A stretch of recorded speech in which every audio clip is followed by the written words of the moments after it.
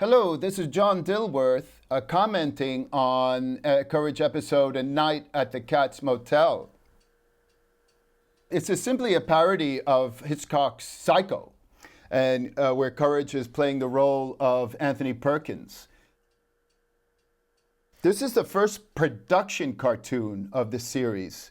At a time when the team and I were all trying to figure it out, how to produce it and what makes it work. And it's one of the potentially 2 or 3 storyboards and stories that I wrote to get the team ready. And you see that book on the counter? That sign-in book has the names of many of the crew from working on Courage. And here we are. Here's Katz, my favorite villain. He is a deviation of Fergarina, the cat from The Dirty Birdie. I have this pattern of evolving earlier designs into future works. Paul Scheffler, who is one of the 2 Mel Blancs of the production, he's impersonating John Hillerman for Magnum P.I. in that TV series. Before we cast villains or any characters, I would sit down and think about what are the voices that most appeal to me, and I want to use them. I was always a fan of John Hillerman's work. It just sounded like a cartoon character. And here Eustace is doing his old routine that I'm borrowing from The Chicken from Outer Space. I'm just sort of evolving it slowly, trying to find our way. Oh, and this is a lovely moment where Muriel is blanketing Courage in love. And Courage is talking here. It's rare. The Chicken from Outer Space, Rubber Ducky. It's rare that Courage spoke after, let's say, 6 episodes. And the idea really to limit Courage speaking came from Mike Lazo and his team at Cartoon Network. And I agree. I mean, it was a good move, only because the character seemed much more dynamic and given to more visual expression, which appeals to me very strongly.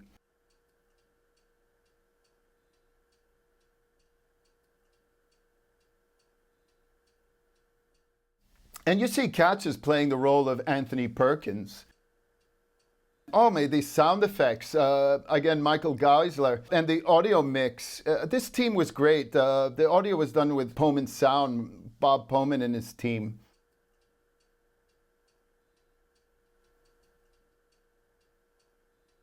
Oh my, oh my. You know, Muriel talking about the Scottish phrasing.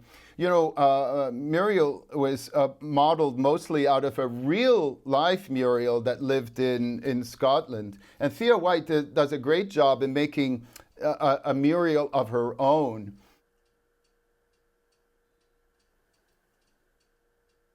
A core theme of the cartoon is the feeding of visitors, of innocence, to a hidden monster. And this is really the Cat's Motel for me. We have the haunted house motifs of the paintings with the eyes that open and close, and the kind of the James Bond high-tech surveillance and disappearing acts, like the shower opens as an eye or the bed flips over into the... And these are my favorite, the James Bond inventions. And here's Dill. If you notice, the Dill brand of product is a tribute to the Warner Brothers Acme brand of products. And throughout the series, you find Dill products. I mean, they're all useful, I guess. And here we see Muriel bathing. Now, the thing about how I work is this image directly comes from a real life experience. I mean, if you've ever seen a woman in a bath with a big hair thing, I mean, it's sort of like a trauma. You have to use it. And 666, 666 and a half was our way of avoiding standards and practices objections to the use of 666, which is some kind of, I don't know, maybe it's secret code to telepathic flying off the earth kind of thing. I don't know. But the 666 and a half had to have come from William Hohauser. I mean, this is just like how his mind works. He would have just said a half or a third or some other fraction, and then it's fine, you know? That's the way it is. And then, of course, Evel Knievel. Do you notice Evel Knievel? and the transformative ability of courage.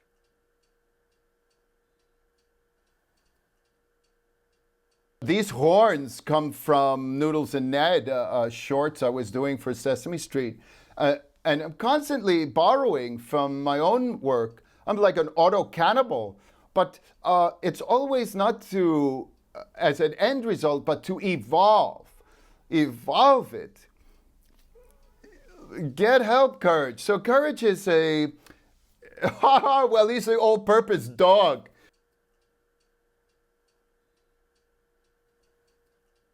Now, it's funny, this production cartoon, in the way that it has a very strange origin.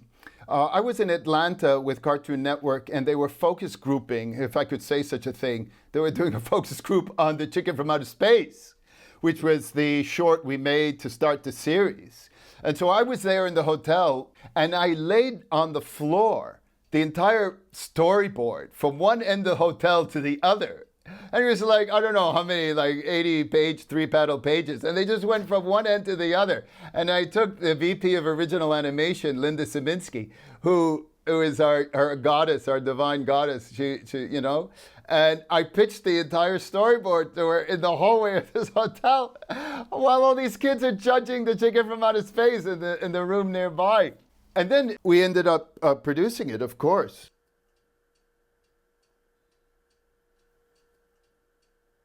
And here, as you see, here is an idea that came from the island of Dr. Moreau. You're trying to find food for your diabolical creatures. And there's more than that. Here's this green door. If you see a green door, I mean, go through it, of course.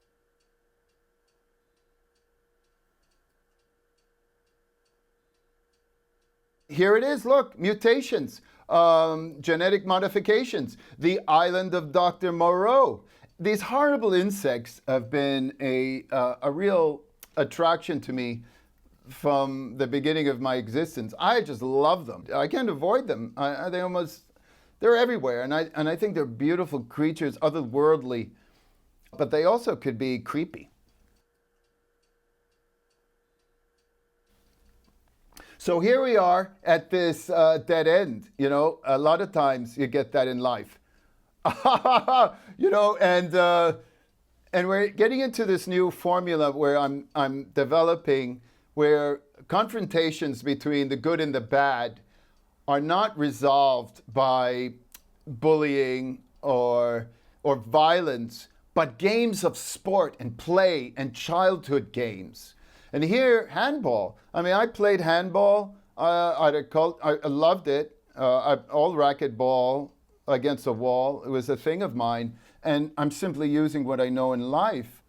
I don't know about giant spiders going into the jaw, but handball, yeah. And the music, I mean, at this time I was also into electronica. So I asked Jody Gray and Andy Ezrin to find, to create some kind of techno music to go through this. And if you notice the visual sound effects, oh my goodness, they're directly a response from that fantastic cartoonist Don Martin from his Mad Magazine. Mad Magazine, all those artists and that whole mentality definitely influenced and shaped the way I see animation and cartooning.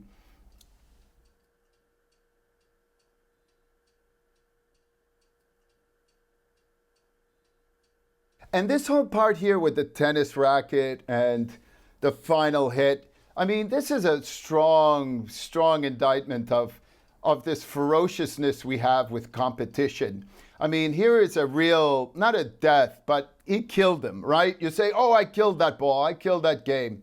Well, here's a minor statement. Of course, nothing in cartoon land is ever fatal. And a little adjustment, of course, for the drama. And all of this is just a long setup so that we can reverse the motif of the show itself. And that is Courage has a rescue fantasy. And here, really what it is Muriel comes to rescue Courage.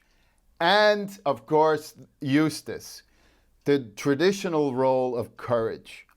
And I think it worked fine here. It wasn't a problem, but it wasn't the direction we chose to take for the rest of the episodes. Mostly Muriel was the object to be saved, to be rescued. She's fiery here. I like her.